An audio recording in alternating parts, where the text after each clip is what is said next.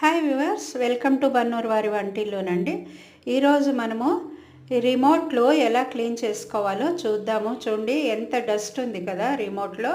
ఇప్పుడు దీన్ని మనము విడిగా చేత్తో అయితే క్లీన్ చేయలేమండి. అందుకని ఇలా బ్రష్ తీసేసుకుని, పాత బ్రష్ ఏదన్నా ఉన్నా కూడా దాన్ని ఇలా మనము సందుల్లో అంతా కూడా ఇలా రుద్దామంటే అంత బాగా క్లీన్ అయిపోతుందండి.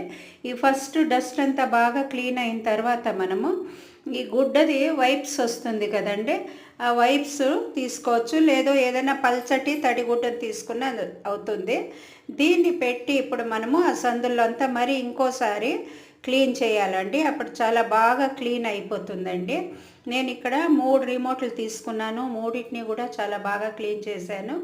అసలు వైట్ రిమోట్ ఉందండి. ఇంకా వైట్ రిమోట్ అంత కొత్తదనంగా ఉందండి, చూడ్డానికే అంత బాగుంది. మీరందరూ కూడా దీన్ని చేసి చూడండి.